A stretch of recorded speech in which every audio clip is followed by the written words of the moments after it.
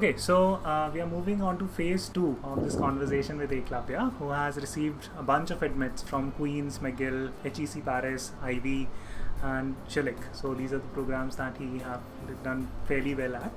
So we can first start the interview discussion and speak about how Eklavya interviewed with McGill, and we can structure our conversation around that.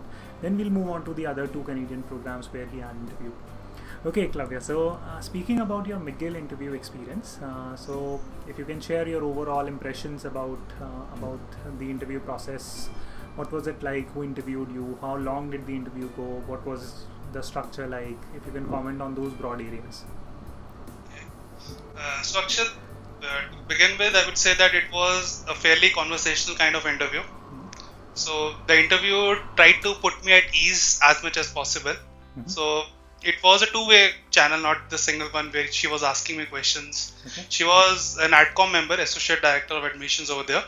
So the interview began with the regular questions like why MBA, why now, and why particularly McGill. Then we specifically moved to a few behavioral questions. The first question asked to me was, what is leadership according to you? Okay. So one tip for all the viewers. So there's no right or wrong answer for such kind of questions. Just try to quote an example from your experience, because they're not looking for definitions over there. So they started with leadership. Then they started asking me what are the successes I have faced and one of the major failures that I faced.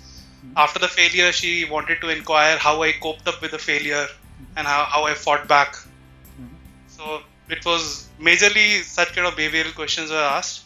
Then we moved on to the questions like, tell us an example where a teammate was not working along or not pulling the weights, how you managed it, or the times when you were managing the teams, when there were discrepancies, how you handled it. Okay. So a couple of questions on those lines. Was that she gave me a scenario where she told me that during McGill, you will have plenty of opportunities.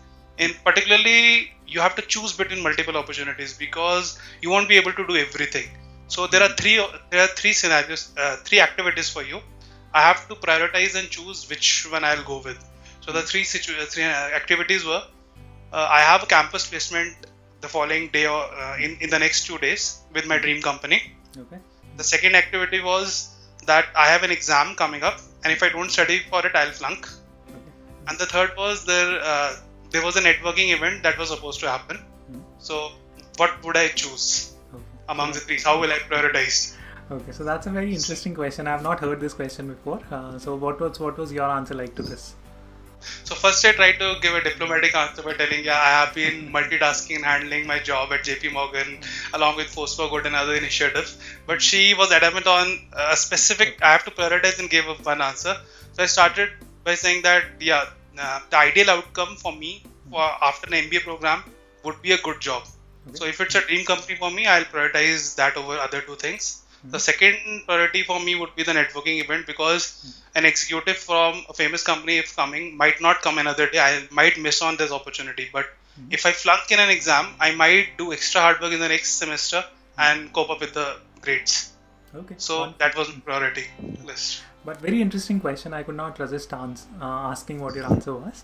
So brilliant, man. What we can do is that we can now move on to the specific kind of questions that were asked. I think you have given a wonderful overview, but let's just start delving a little bit deeper. Okay. So you said that they asked you both behavioral questions and the traditional MBA type of questions along the way. So let's speak about traditional MBA questions first. So were there any questions around why Canada, why McGill, what are the programs? Yeah. So as I said, the first question was why MBA and then why McGill. In the why McGill part only, I covered why Canada. So they didn't specifically ask me that. So these were the generic questions. Okay. Why MBA, why now, why McGill. Okay. And so was there any cross questioning to your when you answered why do you need an MBA? Were there any cross questions around it? No, there was no cross questioning. It was fairly conversational. If there were some cross questions, those were just out of interest, not to put stress on me. Okay. So it was a fairly conversant sort of a interview, not at all pressure testing. Most of the time we were just laughing around. That's it. Okay.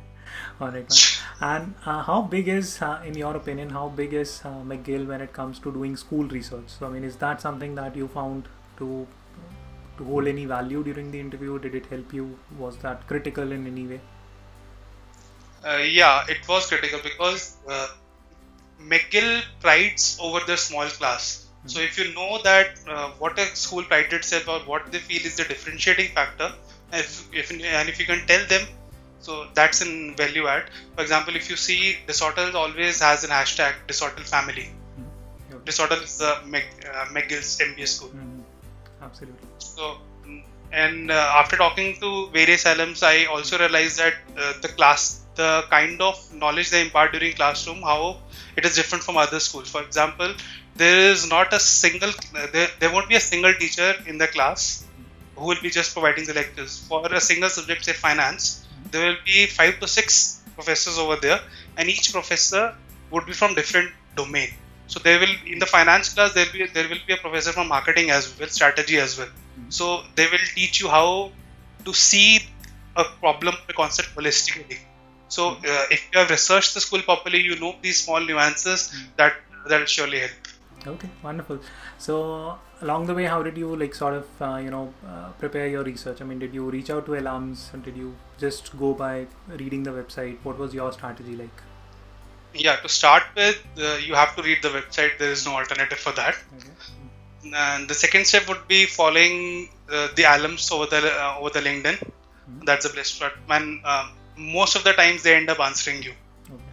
So try talking to both the alums who have passed out and the ones who are currently studying over there, because both can share different kind of perspective with you. Along with that, start reading news about the college which you're interested in. So these 2 to 3 steps should be enough to do the relevant. Okay. So now coming back to the interview, so you were speaking about traditional questions that were asked. So why MBA? Why now? Why McGill? You spoke about your research. Any other traditional questions like tell us about a time when you failed, or something about it? Yeah, those were the part of behavioral questions. Okay. Tell us about a time you failed. Tell us about a time you succeeded. How you coped up with a failure. Okay. What you learned from that failure. What is a good leader according to you? Okay. Then what is a bad leader? If you have you ever worked with a bad leader? So these kind of questions. All right. And when it comes to behavioral questions, I know that when you spoke about a couple of quite oddball questions, the question that we were initially discussing, but was there any cross questioning there, or did they kind of investigate the way ISB does by going through your application, something on those lines? No, there was not cross questioning. There were but follow up questions. Okay. For example, suppose I said I did XYZ initiative and I failed because of ABC reasons. Then before I could finish, there was a follow up question. So what was the major learning from out of it? Okay. So more than my experiences, she was interested in the learnings I had. Got it. Okay, man. Sounds good. So I think just to recap the discussion so far, one is that they asked you both traditional MBA questions: why MBA, why now, why McGill, what are your goals, why Canada, maybe implicitly or explicitly. And then on the behavioral side, they spoke quite a bit about leadership, gave you a couple of oddball questions. So anything that we have missed that you would like to add in terms of questions that were asked? Yeah, there were 2 more questions. One was why should they admit me? Okay. And the follow-up question was, why should they not admit me? Okay, all right. So these 2 were asked in sequence. So if I have covered all the points, why should they admit me, then it's difficult to think why should they not. Okay, all right. So what was your answer to why should they not admit you? So I told that I realized that McGill is one of the world's best MBA programs as of now, and you might be getting the candidates who have lot of managerial experience. And my managerial experience, if you compare with someone who has 7 to 8 years of experience, might look trivial. But again, there I told that I would like to bring your attention to the quality of experience I'm having. Then I quoted my initiatives, what I have done, how I have been promoted during my journey at JP Morgan. So all those points I covered. So I gave them a reason why should they not select me. Then I covered it up by it is not such a big negative as well. Okay, sounds wonderful. I think that you managed that answer very well, and it reflects in the kind of scholarship that you have received. So So any parting thoughts as to how candidates who are applying to McGill should prepare for interviews?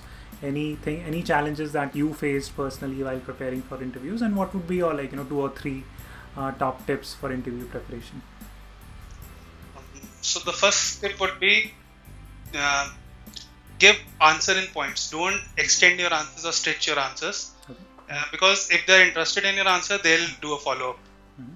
The second would be the SCAR approach, which you suggested me, where you just start with a situation, then you tell what challenge you faced, then the actions you took, and finally telling what was the result. So that way we cover the entire scenario, that too in 60 seconds. So always follow a 60-second rule. Try to cover your answers in 60 seconds and maximum 8 seconds, don't cross that. And try to always make an eye contact. Smile during Skype interviews, because during Skype we tend not to smile. So, alright, I think those are wonderful tips. We have covered a lot of ground on this. So what we will do is that next we'll speak about your IV interview experience, if that's okay. Yeah, sure. Alright, okay, wonderful.